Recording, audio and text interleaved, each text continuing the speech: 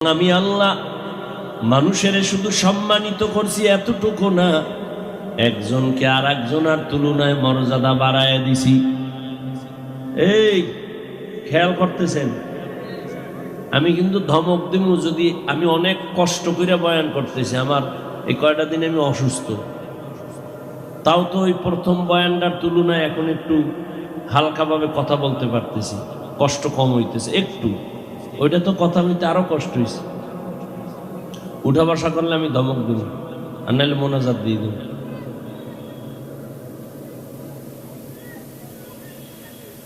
কষ্ট করি, যদি মূল্য না দেন, আমার 12 মাস আপনার এক রাত্র, এত বাঁচার চিন্তা কেন? মাওলায় আজকের রাত্রে বাঁচাইছেন, কালকে এই টাইমে আপনি বাঁচবেন, গ্যারান্টি আছে। এত বাহাদুরি করেন।